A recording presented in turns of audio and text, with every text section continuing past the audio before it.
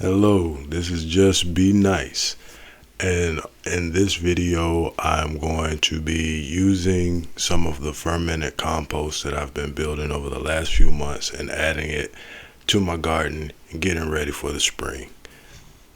So I'm going to want to go from this old garden here, and I'm going to add this stuff. And it smells about like it looks. And that's going to give me a soil to plant in. And this will be my first time using the fermented compost. And at the end, I'm going to discuss some content that's more in the direction of where I like to go with my channel content, if it's interesting and it's something that people would like to hear.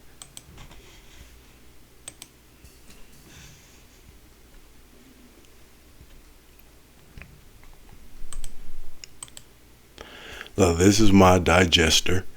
It's just a metal barrel that I had around from an older project, and I went ahead and started to use it for anaerobic decomposition. Most of the food scraps and other yard debris I've started adding to this to digest anaerobically. And what the fermentation does is it it's fermentation. So if you are familiar with making wine or beer, you know that the sugars or starches that are in plant foods can be cut up by different yeast, and it produces alcohol and CO2, and that CO2 vents off as gas. And that's also a similar process that bakers are familiar with raising bread. It's the same yeast eating up the sugars and releasing CO2 that causes the bread to rise.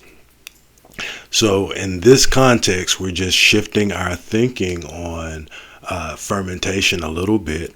And in this sense, what we're doing is we are reducing the carbon content of our compost.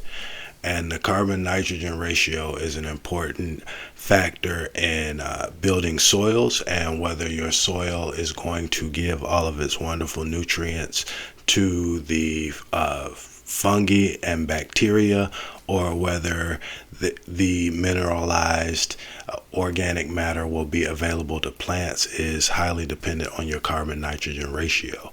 So in this context, we're using composting, we're using fermentation just a little bit differently, but for the same essential purpose. Only this time we are, instead of trying to harvest the alcohol, which I do use in a different way, but we are trying to drive down the carbon content of the organic matter.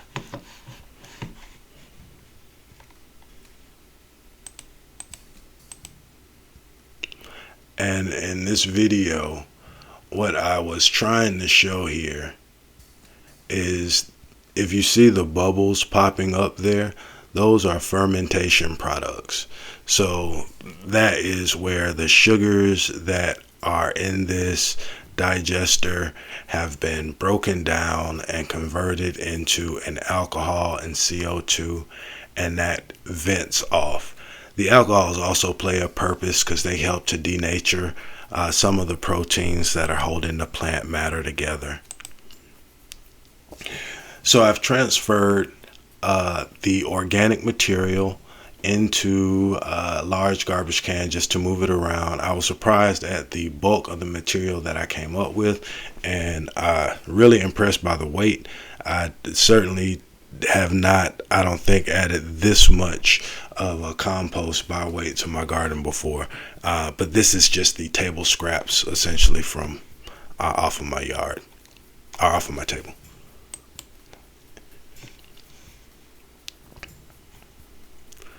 So this is where I started. again, this is my old bed, just looking from a different angle. I wanted to move to a more of a no-till practice, but then I found this composting method and wanted to try it. So here we go.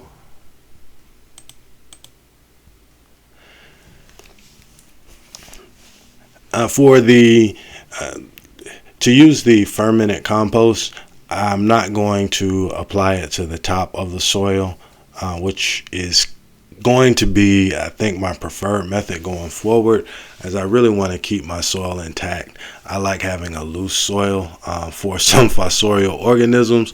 Of course, that also makes it hospitable for things like moles, which might be a problem that I have to deal with in the future. But I really like having the lighter, more aerated soil, particularly for the small amphibians that need that kind of fossorial habitat.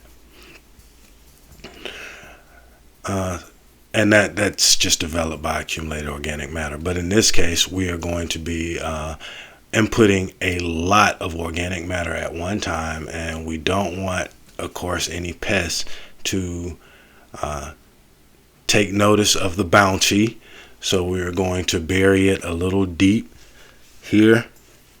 I went under essentially the topsoil, and once I started getting into the next layer of soil, I stopped.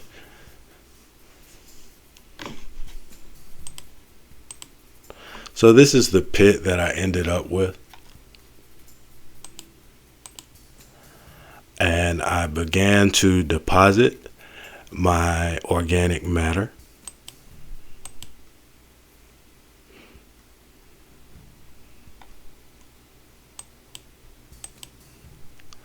I then buried that under soil,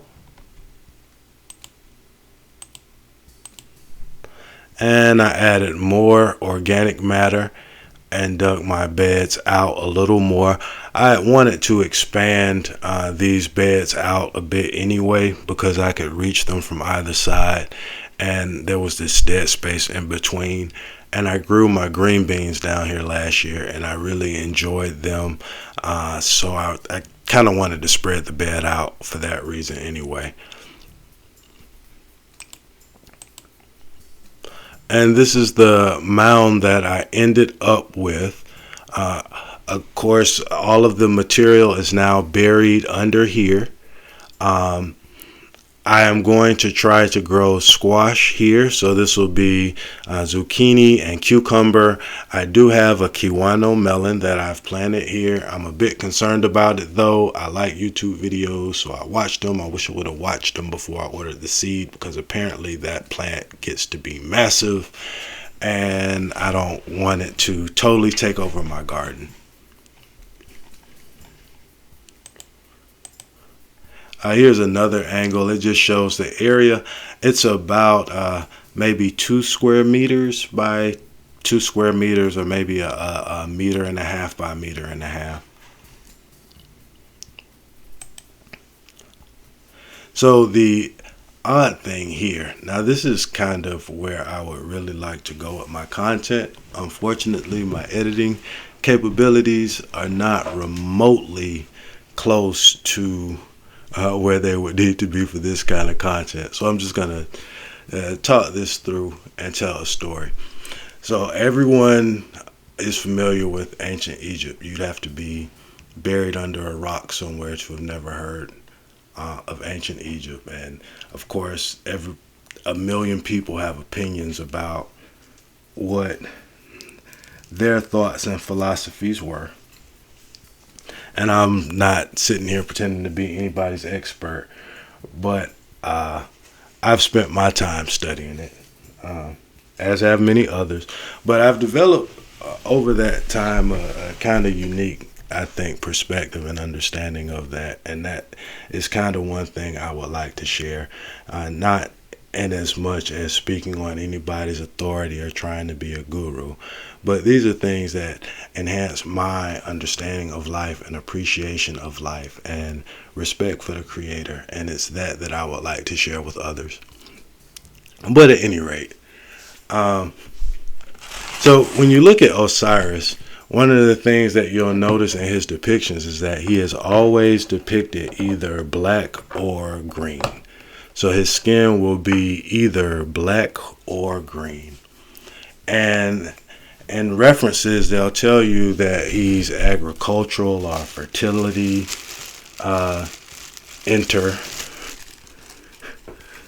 but they don't really expound upon that much or what that means. And so you get the tip of the iceberg without much of the foundation or basis behind that. And Egypt's culture is beautiful in that it's still accessible in some ways because the observations are still there. So is that to the side, to the story in general, because it's a very long story and I love it. So I'll try not to, and I'm quite garrulous. But in short, Osiris was one of the first kings of Egypt, if you will. And in his story, his brother conspired against him. I could do a whole series just on this story.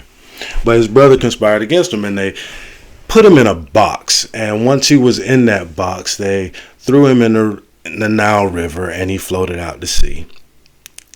And Aset goes through all of this stuff so that she can find him, and eventually she finds him, and they bring his body back to Kemet, only for their brother to find out about it, and then he cuts Osiris's Asar's body into pieces and scatters them about.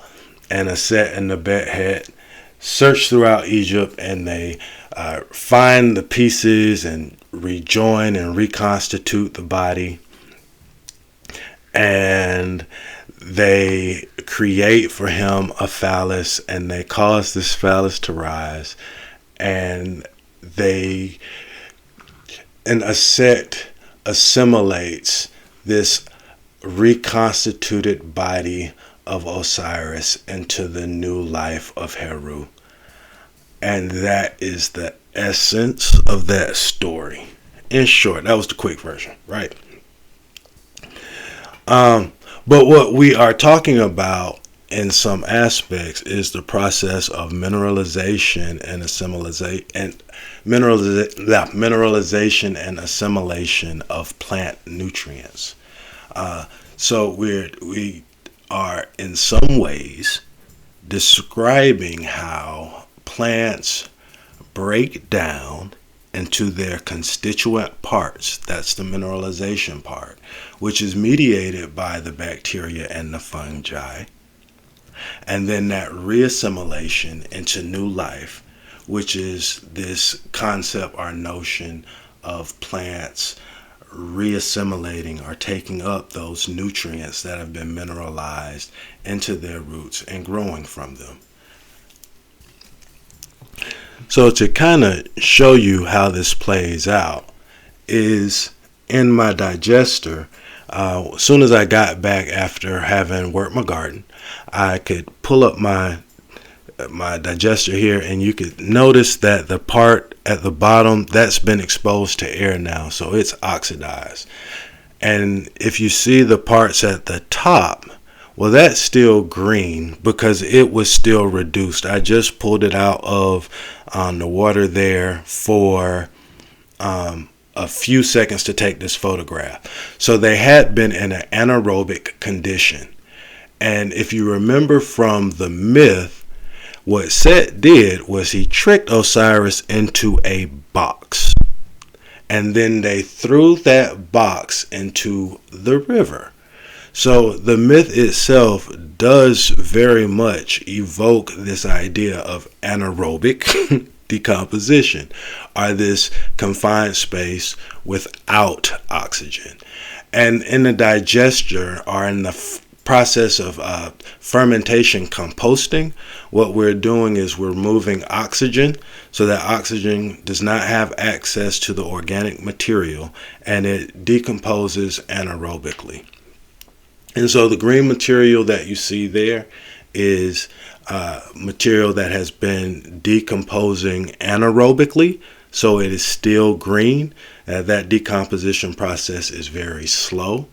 And the black decomposition you see on the top is after that material has been oxidized and exposed to oxygen.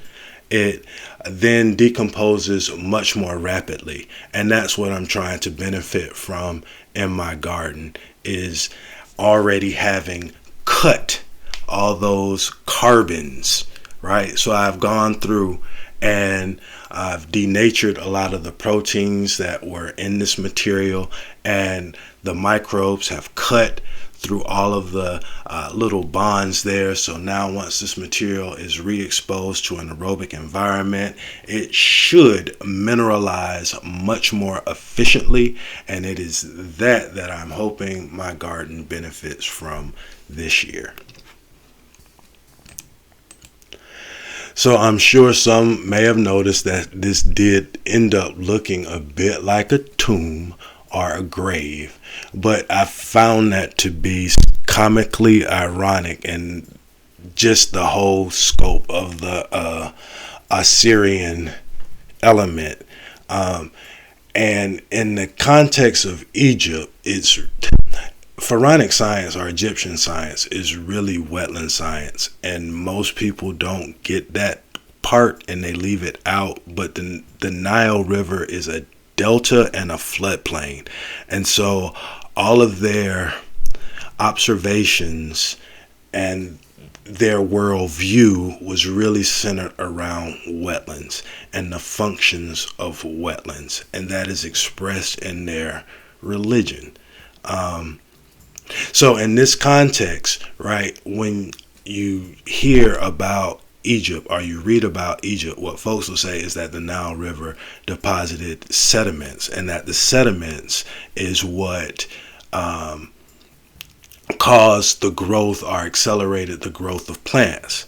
And now that I've had this discussion with you in this video, I would like you to also consider that on the floodplain of the Nile River, there would have always been an abundant growth of organic matter. And when those floods came, the sediment deposition did occur. I'm not taking anything away from that, but that sediment deposition entombed a lot of organic material that was yesterday's life.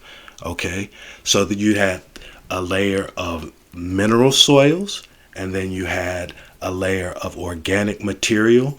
The floodplain would come, or the floods would come and deposit sediments on top of that organic material, burying it, as I did here. Plants would grow on top of that. The next year, floods would come. The floodplain would be again deposited with sediments. There would be another layer. And this is actually a wetland identification known as stratified layers. That is a NRCS USDA recognized hydric soil indicator that is commonly found in floodplains. It's just not something that's commonly thought of in the context of Egyptian science, right? But what we're talking about in this context is mineralization and reassimilation of nutrients. And how that occurs in the floodplain is these stratified layers of organic materials and mineral soils, which I did artificially here. But if you look at this image of Osiris on the left, or Asar on the left, if you see the banding pattern there, that green, black, sand, black, green, that's what stratified layers looks like. The black would be the layer of muck. The green is a layer of organic matter. The brown is a layer of sediment. The black is a layer of muck. The green is a layer of organic matter. The black is a layer of muck. And the muck is just decomposed organic matter. So I know this is kind of left field in terms of content wise, but this is kind of where it's just beautiful. And these are the kinds of things that I like about gardening and life. And it's the kind of content that I would like to share, although I don't know that this is the kind of thing that there's actually an audience for that would appreciate, because this is not necessarily something that you're going to go into a book and read, because the people that write books are busy writing books and they are not in nature observing the creation, which is where these things are occurring. But thank you if you made it through to the end and watched that. If you agree, please comment. If you disagree, feel free to comment. Like I said, I am nobody's guru. I'm just sharing a little bit of what I have learned and what I enjoy in this life. And as always, keep it growing.